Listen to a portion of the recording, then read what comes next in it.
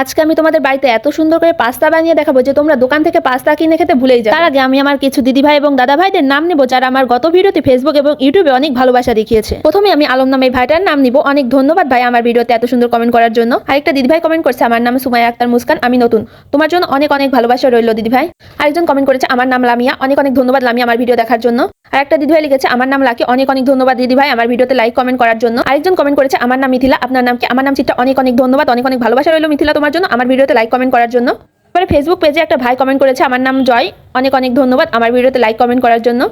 সোনালীবালা comment করেছে আমার নামটা নিও হরে কৃষ্ণ, হরে কৃষ্ণ মাতাজি, আমাকে এভাবেই ভালোবাসা দিয়ে যেও।